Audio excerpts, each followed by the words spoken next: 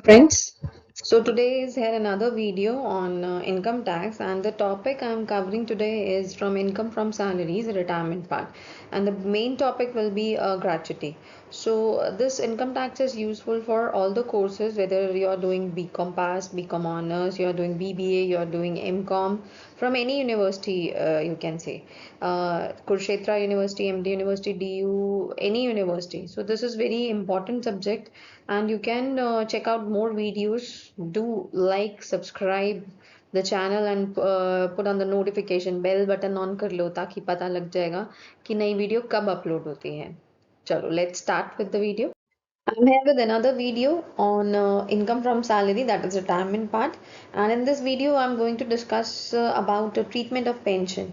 So simple pension we have discussed in the salary head, and now here in this video we will discuss about the commuted value of pension. So hope you like this video, and this video is useful for the subject is useful for BCom Pass students, BCom Honors students, MCom, BBA. So let's start the video. So first we will discuss about pension. Pension is a payment made by the employer after the retirement or death of the employee as a reward for past services. आपने मान लीजिए कि 10 साल एक जगह पर काम किया है और अब आप रिटायर हो गए हैं वहाँ से. आपकी एज लिमिट थी तो एज के अकॉर्डिंग रिटायर हो गए.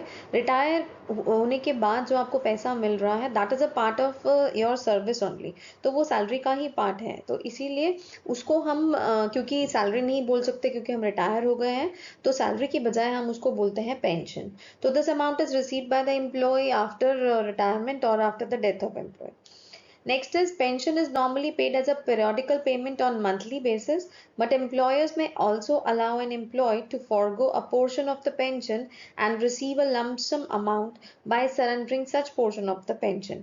This is known as commutation of pension. अब देखो पेंशन हमें सैलरी की तरह ही मिलता है, मंथली मिलता है, लेकिन कई बार हमारा एम्प्लॉयर जो है वो अलाउ कर देता है एम्प्लॉय को कि वो अपने पेंशन का कुछ पार्ट जो है उसको लमसम दे दिया जाए. तो कुछ आपको मंथली मिल रहा है, कुछ आपको लमसम मिल रहा है.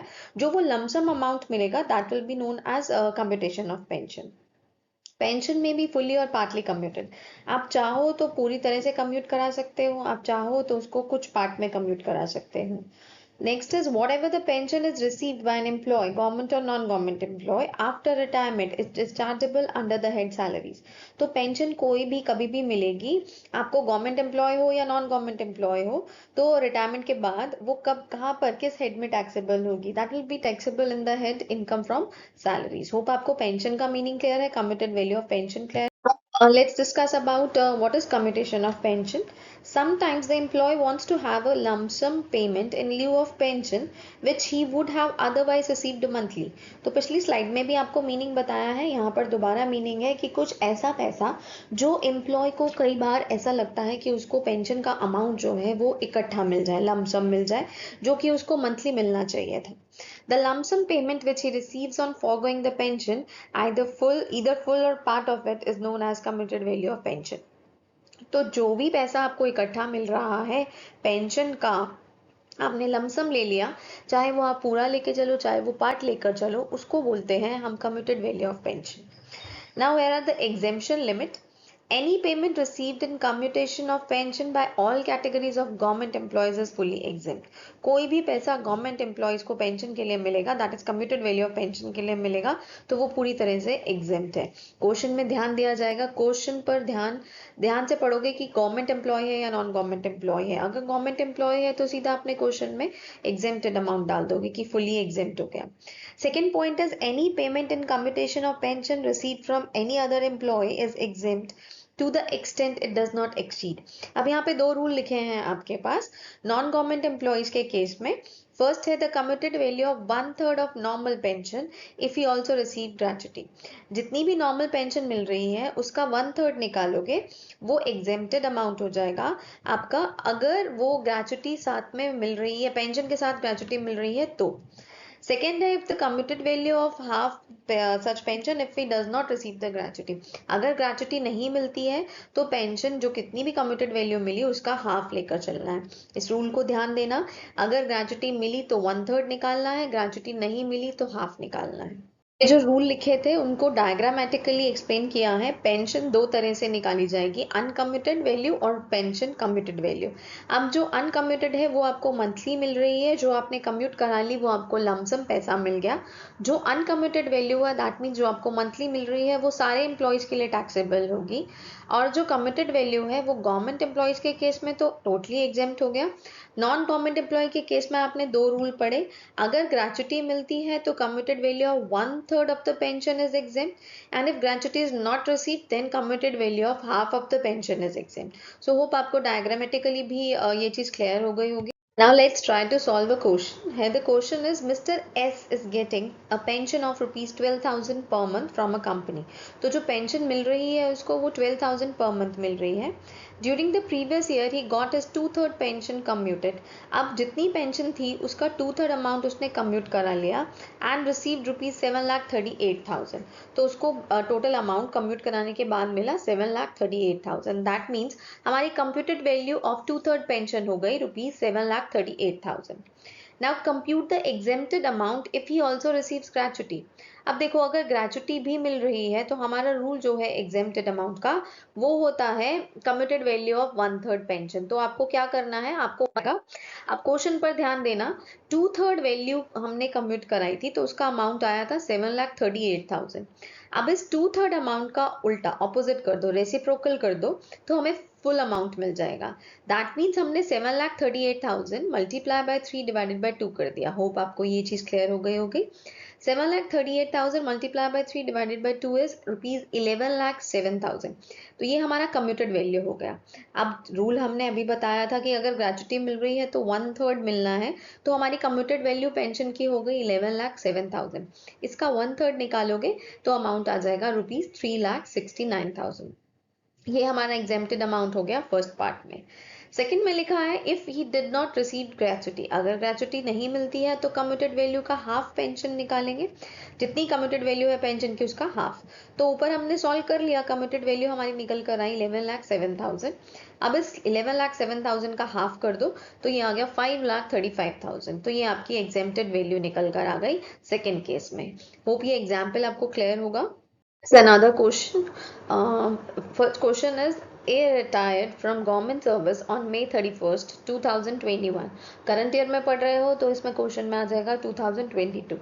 He received a pension at the rate of 10,000 per month up to January 31st, 2022.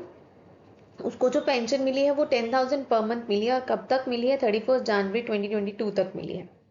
अब देखो पहले तो सिंपल, उसका रिटायरमेंट मिली उसको जनवरी मई 31 को रिटायर हुआ। दैट मीन्स उसकी पेंशन स्टार्ट होती है 1 जनवरी से। तो ये ध्यान में रखना। उसके बाद उसको जो पेंशन मिल रही है वो 10,000 मिल रही है और कब तक मिल रही है, January 31 तक उसको मिल रही है। तो अगर हम यहाँ से कैलकुलेट करके चले तो उसकी मंथली पेंशन कितनी बन गई।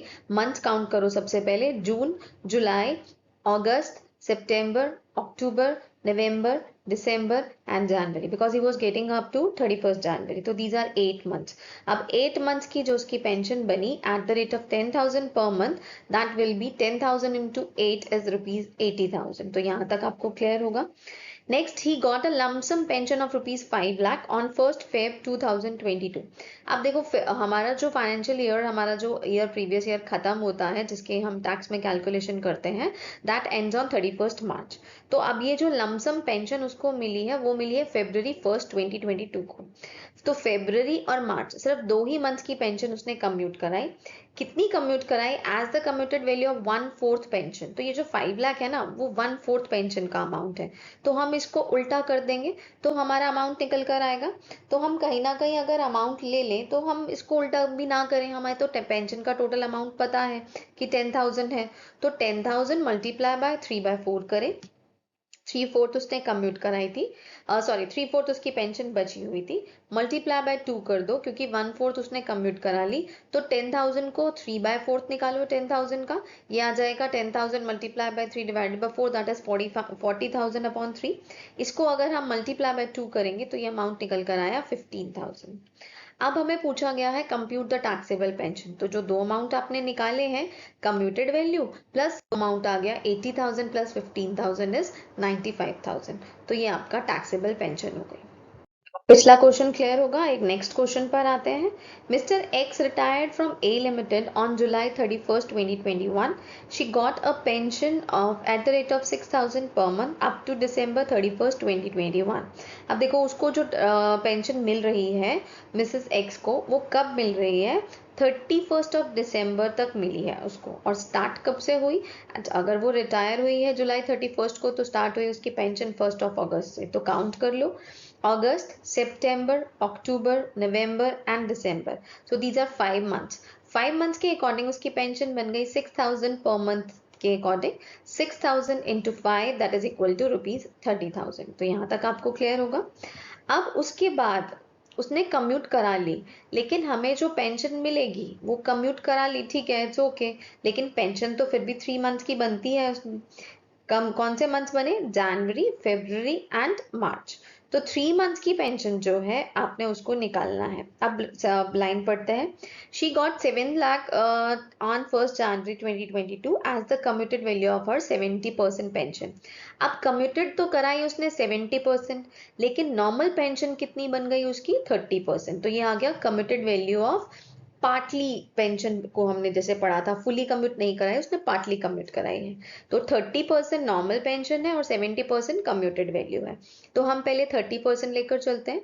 3 मंथ्स का निकालना है, जैसे अभी बताया, जनवरी, फरवरी एंड मार्च। 6,000 मल्टीप्लाई बाय, आप 30% निकालेंगे तो 30/100 आया, 3 मंथ्स की निकालेंगे तो मल्टीप्लाई बाय 3, दिस इज 5,400। अब इन दोनों अमाउंट का एडअप कर लो, तो ये अमाउंट आ गया 35,400। So this is the taxable pension.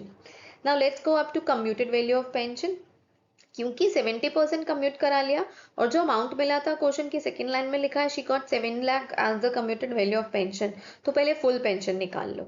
Commuted value of full pension कैसे निकालेंगे? 7/7 10 लाख। तो यहाँ पर 10 लाख आपका आ गया कम्यूटेड वैल्यू ऑफ पेंशन का फुल अमाउंट आ गया। अब रूल पढ़ते हैं। She also received a gratuity of ₹50,000। अगर ग्रेचुटी मिल रही है तो कम्यूटेड वैल्यू का 1/3 जो है वो एग्जेम्प्ट हो जाएगा, बाकी का टैक्सेबल हो जाएगा। तो 10 लाख का 1/3 निकाले, वो आ गया ₹3,33,333। So this is the exempted amount. अब कितनी कम्यूटेड वैल्यू थी? 7 लाख अमाउंट था जो मिल रहा था, उसमें से 3,33,333 तो हमने एग्जेम्प्ट कर दिया। तो टैक्सेबल कितना बचा? 3,66,667। होप आपको ये एग्जाम्पल क्लियर है। ये एग्जाम्पल्स, दोनों एग्जाम्पल्स क्लियर ना हो, कोई भी डाउट हो तो ज़रूर मेंशन करो। So thank you for watching the video. Hope you liked the video and you are clear with the concept of all the concepts of competition of pension. If you have any doubt, then you can just write in the comment box. I'll definitely try to clear your doubts. So do watch the video till the end so that your all the doubts are cleared. And wait for the next video. Just like, subscribe and surely comment तो ज़रूर करो, ताकि पता चले कि आपको समझ आया या नहीं आया। तो अगर आपको पसंद आ रही है वीडियो तो लाइक बनता ज़रूर है, कमेंट भी करना बनता है, सब्सक्राइब करो, अपने फ्रेंड्स के साथ भी शेयर करो।